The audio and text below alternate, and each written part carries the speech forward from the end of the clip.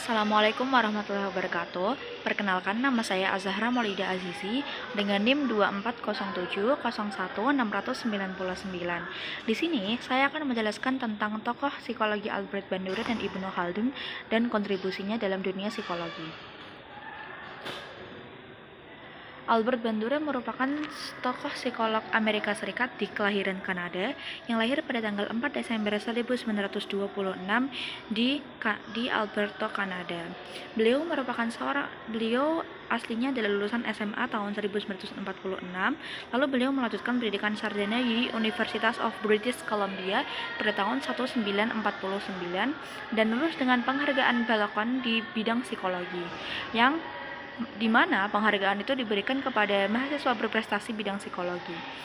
Kemudian dia juga melanjutkan pendidikan pasca sarjana di University of Iowa, di mana ia menerima gelar master di bidang psikolog tahun 1951 dan mendapatkan gelar doktor di bidang psikologi klinis pada tahun 1950. Lalu sepak terjang pekerjaannya adalah pada tahun 1953, beliau menerima jabatan instruktur selama 1 tahun di Universitas Stanford. Tahun 1974 diangkat sebagai Profesor David Starr Jordan di ilmu sosial dalam bidang psikologi, dan tahun 2010 sampai akhir masa hayatnya ia menetap di Stanford dan menjadi Profesor Emeritus. Saat itu Bandura mengkritik tentang teori Skinner yang terlalu menekankan pada subjek hewan, bukan pada subjek manusia yang berinteraksi pada satu sama lain. Nah, di sana dia itu mengajukan teorinya yang terkenal dengan nama Social Learning Theory, di mana salah satu eksperimen paling terkenalnya adalah Bobodil Study, di mana saat itu ada anak kecil yang dia diperlihatkan oleh boneka bobodol yang mendapat perilaku abusif oleh orang dewasa. Lalu saat anak itu ditinggalkan sendiri dengan boneka bobodol, anak itu menunjukkan perilaku agresif yang sama seperti yang dilakukan oleh orang dewasa di video tersebut. Nah, dari sana Bandura itu tahu bahwa perilaku manusia itu dapat dipelajari dari modeling atau imitasi. Atau ungkapannya paling terkenal itu if what we see, if what we become. Nah, observasi learning itu apa sih? Nah, dalam proses modeling, seseorang belajar melalui proses observasi. Namun bukan hanya sekedar meniru, ada proses kognitif yang terjadi di sana. Manusia itu mampu belajar, baik itu sikap, keterampilan, ataupun tingkah laku, di mana sebagian besarnya merupakan hasil dari vicarious atau perwakilan, yaitu observasi model. Lalu ada faktor-faktor yang mempengaruhi observasi learning, di mana ada satu karakteristik model. Jadi di mana semakin mirip model, maka akan semakin mudah individu terpengaruh. Contohnya seperti boneka bobodol ya guys. Itu kan sama dengan yang diperlihatkan dengan anak kecil itu ya. Jadi dia itu si anak kecilnya bisa kayak benar-benar meniru guys. Lalu ada karakteristik observer, di mana orang yang memiliki rasa kepercayaan diri dan harga diri rendah cenderung lebih mengikuti perilaku orang lain. Sedangkan orang-orang yang memiliki kepercayaan diri tinggi dan harga diri yang lebih tinggi, mereka itu cenderung tidak meniru perilaku orang lain dan dapat menentukan ke depannya sendiri. Lalu ada konsekuensi dari tingkah laku. Biasanya, reward yang bermakna akan mendorong seseorang untuk mencontoh perilaku orang lain. Sedangkan ketika orang lain dihadapkan dengan punishment, itu akan mengurangi kemungkinan seseorang untuk meniru perilaku tersebut. Lalu ada proses modeling. Proses modeling terjadi dengan 4 tahap. Yang pertama adalah atensi. Nah, saat itu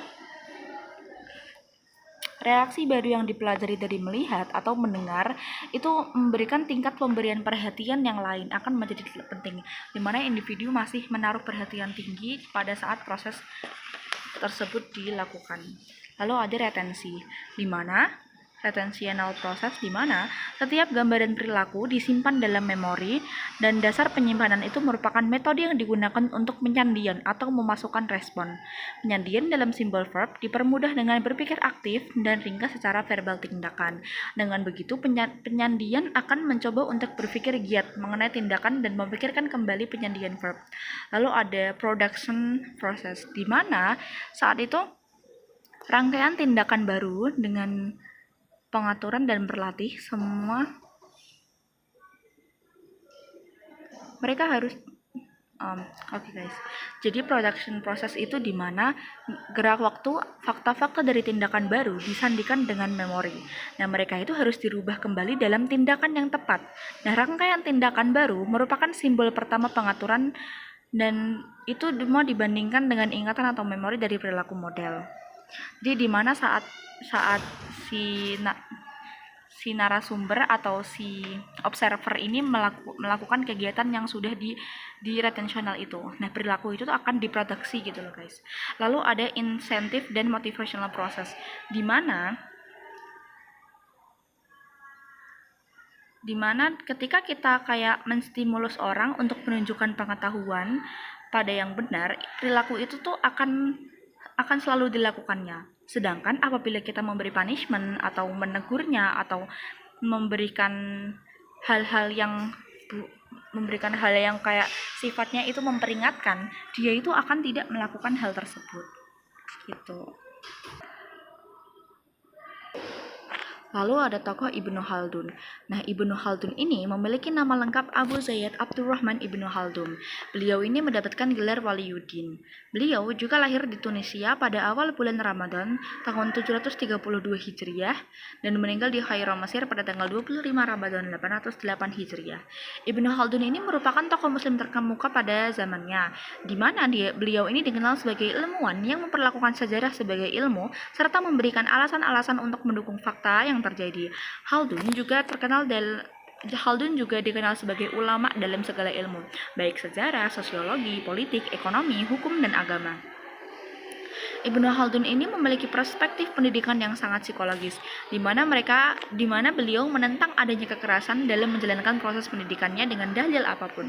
Menurut beliau, kekerasan dalam pendidikan, baik itu pelajar ataupun bawahan, akan menimbulkan kekerasan yang akan menguasai jiwa dan menghambat perkembangan pribadi. Kekerasan juga akan membuka jalan bagi kemalasan, kecurangan, penipuan, kelicikan, dan akan memunculkan rasa takut yang mendalam. Beliau ini juga mengatakan potensi manusia akan mencapai puncaknya apabila melalui taklim, pendidikan, al-riyadah, latihan yang sesuai dengan irama fisik dan mental. Irama fisiknya mungkin ini bisa seperti kayak sekarang kan ada tipe belajar visual, sensori atau seperti itu ya, guys. Lalu ada pandangan Ibnu Khaldun terhadap kekerasan. Beliau ini memiliki prinsip yang sangat anti kekerasan dalam proses belajar mengajar. Oleh karena itu, dia memiliki pandangan tertentu terhadap ganjaran dan hukuman. Di mana dalam kitab Muqaddimah Ibnu Khaldun, yang kitab ini sudah dikeluarkan jauh-jauh tahun yang lalu, di berabad-abad tahun yang lalu, sebelum ada penemuan psikolog Amerika Serikat dan dunia Barat. Kitab ini sudah dikeluarkan, di mana dalam kitab itu dikatakan hukuman yang keras dalam pengajaran akan berbahaya terhadap anak didik karena akan menimbulkan malaka buruk. Nah, perilaku kekerasan yang diperlihatkan akan mempengaruhi jiwa seseorang. Hal tersebut akan menghambat perkembangan kepribadian seseorang. Kekerasan juga akan membuat seseorang gemar berbohong dan licik. Oleh karena itu, perilaku seorang guru atau orang tua sangat berpengaruh. Mungkin itu saja dari saya. Sebelumnya mohon maaf. Wassalamualaikum warahmatullahi wabarakatuh.